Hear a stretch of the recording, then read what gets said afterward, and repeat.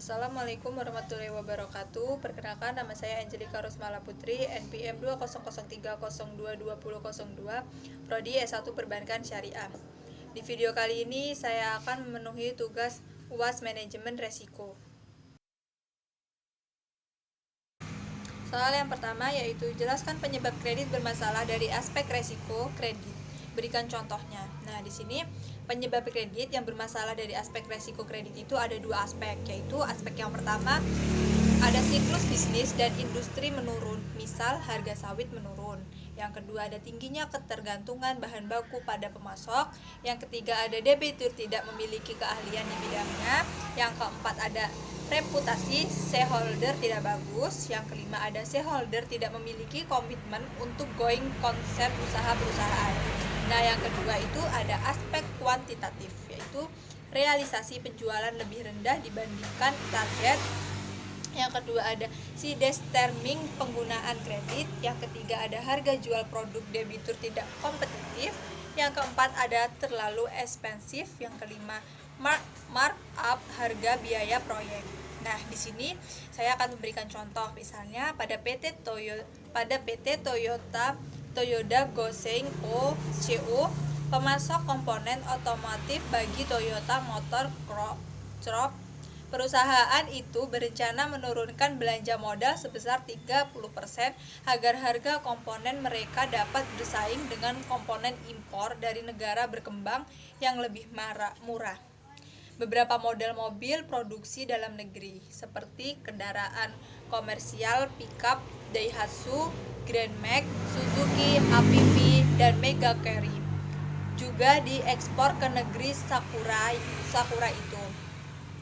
Peningkatan impor ini disebabkan beberapa bahan baku utama untuk produksi komponen dan perakitan seperti baja dan plastik belum memenuhi standar prinsipal. Nah, lemahnya pasokan bahan baku inilah yang menjadi masalah klasik untuk stabilitas negara perdagangan. Nah, jadi meski investasi melonjak, neraca perdagangan tetap negatif karena impor dan bahan baku tetap tinggi. Nah, selanjutnya soal yang kedua yaitu jelaskan penyebab kredit bermasalah dari aspek resiko operasional. Berikan contohnya. Nah, di sini ada beberapa tahap penyebab kredit bermasalah dari aspek operasional, yaitu tahap yang pertama aplikasi kredit. Nah, permasalahannya itu penyebabnya kurangnya verifikasi keaslian dan sah tidaknya pemohon kredit. Yang kedua ada tahapan analisis kredit.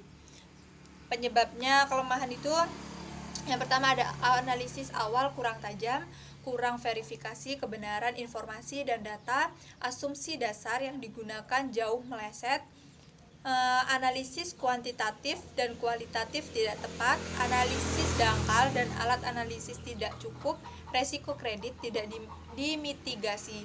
Nah, selanjutnya ada tahapan pencarian kredit, yaitu prosesnya dokumentasi kredit cacat hukum. Nah, pencarian tanpa persetujuan otoritas. Selanjutnya ada tahapan pemantauan kredit, yaitu jaminan belum diasuransikan, kunjungan rutin tidak dilakukan.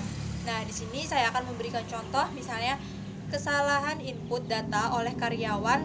Kesalahan input data yang dilakukan oleh karyawan dapat menimbulkan resiko kerugian baik bagi perusahaan maupun pegawai satu nasabah itu sendiri. Selanjutnya soal yang ketiga yaitu bank perlu memahami konsep sebab, kejadian, akibat sebelum melakukan proses identifikasi, pengukuran dan analisis atas risiko operasional yang dihadapi.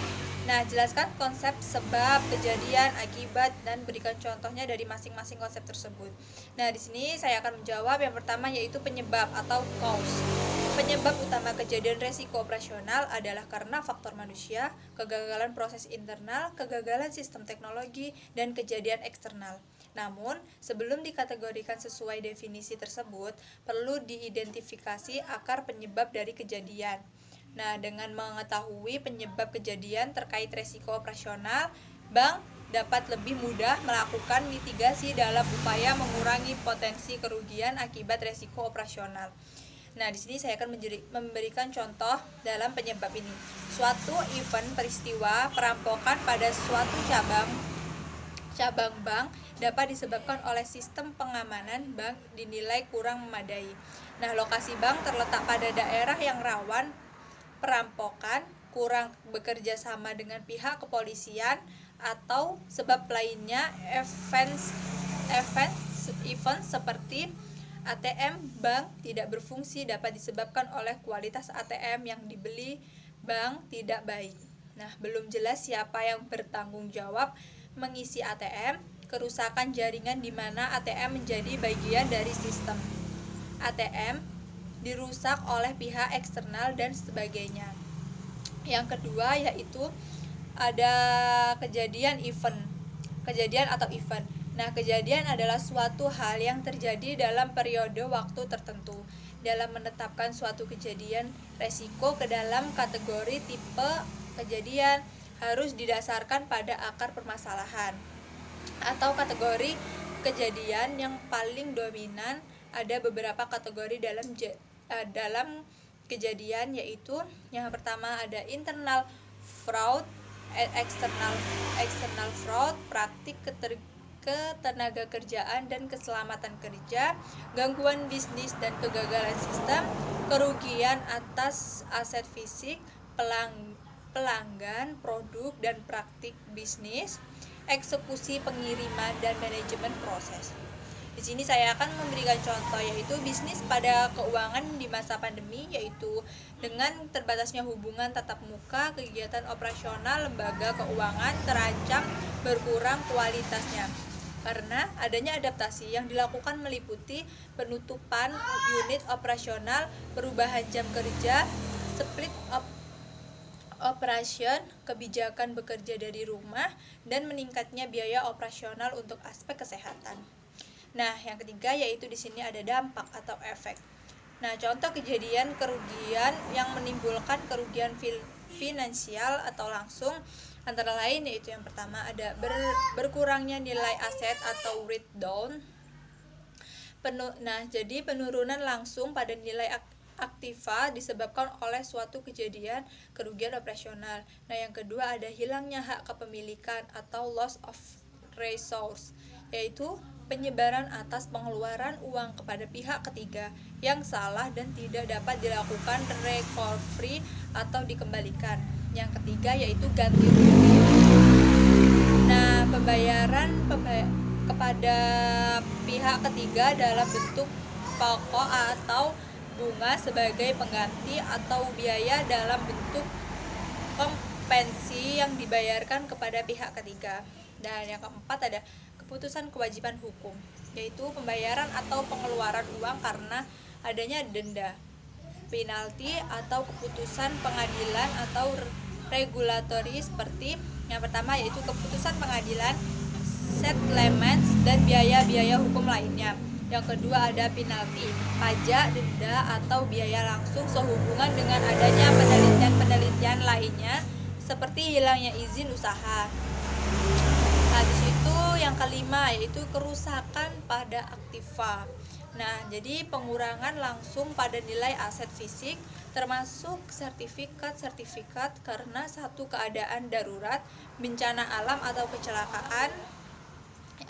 Nah, atau ditelantarkan, kecelakaan, kebakaran atau gempa bumi. Nah, contohnya yaitu kejadian kerugian finansial atau secara tidak langsung. Contohnya yaitu kejadian kerugian yang menimbulkan kerugian tidak langsung atau indirect loss. Nah, itu menurunnya citra bank di mata masyarakat karena pemberian bernada negatif atau resiko reputasi. Yang kedua, offline yang cukup lama dan sering. Nah, soal yang keempat yaitu jenis kejadian sangat beraneka ragam. Agar data kerugian dapat digunakan secara seragam oleh industri perbankan, Basel menetapkan kategorisasi kejadian resiko operasional dalam 7 kategori. Sebutkan dan jelaskan ketujuh kategori tersebut dan berikan contohnya masing-masing. Yaitu di sini ada beberapa kategori dalam kejadian. Yang pertama yaitu ada internal fraud, yaitu kerugian akibat adanya kesengajaan melakukan penggelapan, penyalahgunaan properti atau pelanggaran peraturan, hukum atau kebijakan perusahaan, tidak termasuk berbagai kejadian yang melibatkan paling tidak satu pihak internal. Nah, contohnya yaitu kerugian karena pemakai komputer sistem oleh yang tidak berwenang untuk penggelapan saat perusahaan atau nasabah. Nah, yang kedua ada external fraud. Nah, yaitu kerugian akibat adanya kesengajaan untuk melakukan penipuan, penyalahgunaan properti atau pelanggaran hukum oleh pihak ketiga. Nah, contohnya yaitu kerugian karena perampokan kas dalam perjalanan. Nah, yang ketiga ada praktik ketenagakerjaan dan keselamatan kerja, yaitu kerugian yang timbul dari tindakan yang tidak konsisten dalam ketenagakerjaan, peraturan kesehatan dan keselamatan kerja atau perjanjian kerja bersama. Nah, dari pembayaran klaim kecelakaan kerja atau dari kejadian perbedaan atau diskriminasi. Contohnya yaitu kerugian karena adanya pemogokan karyawan. Nah, yang keempat ada gangguan bisnis dan kegagalan sistem, yaitu kerugian yang timbul akibat gangguan bisnis dan kegagalan sistem. Contohnya itu kerugian karena kerusakan hardware. Nah, yang kelima ada kerugian atas aset fisik.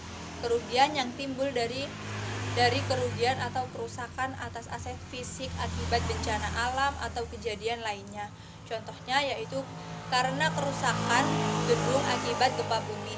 Dan yang keenam ada pelanggan, produk dan praktik bisnis, yaitu kerugian yang timbul akibat kegagalan yang tidak disengaja atau lalai untuk memenuhi kewajiban profesional terhadap klien tertentu.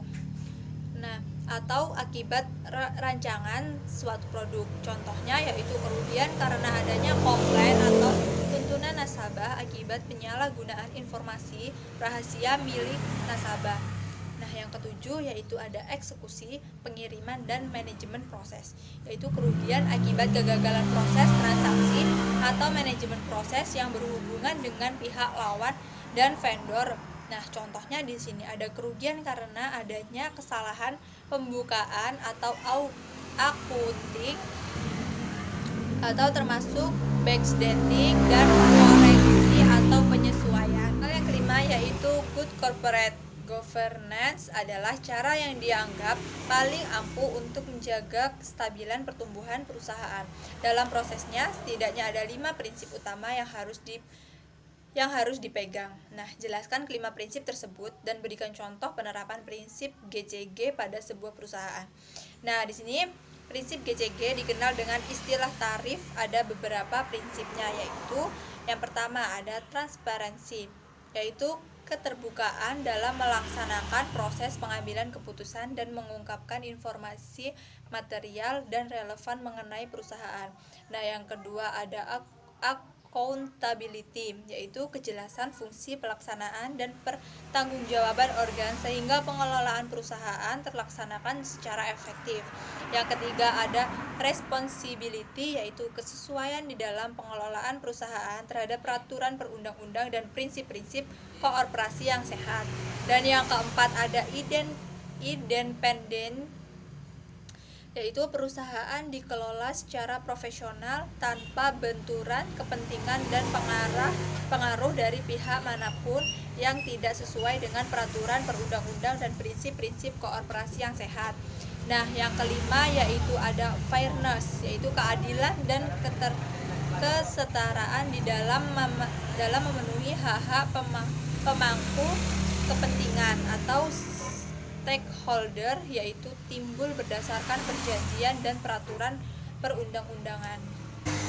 Sekian penjelasan dari saya. Apabila ada salah kata, saya mohon maaf. Pada Allah saya mohon ampun. Saya akhiri. Wassalamualaikum warahmatullahi wabarakatuh.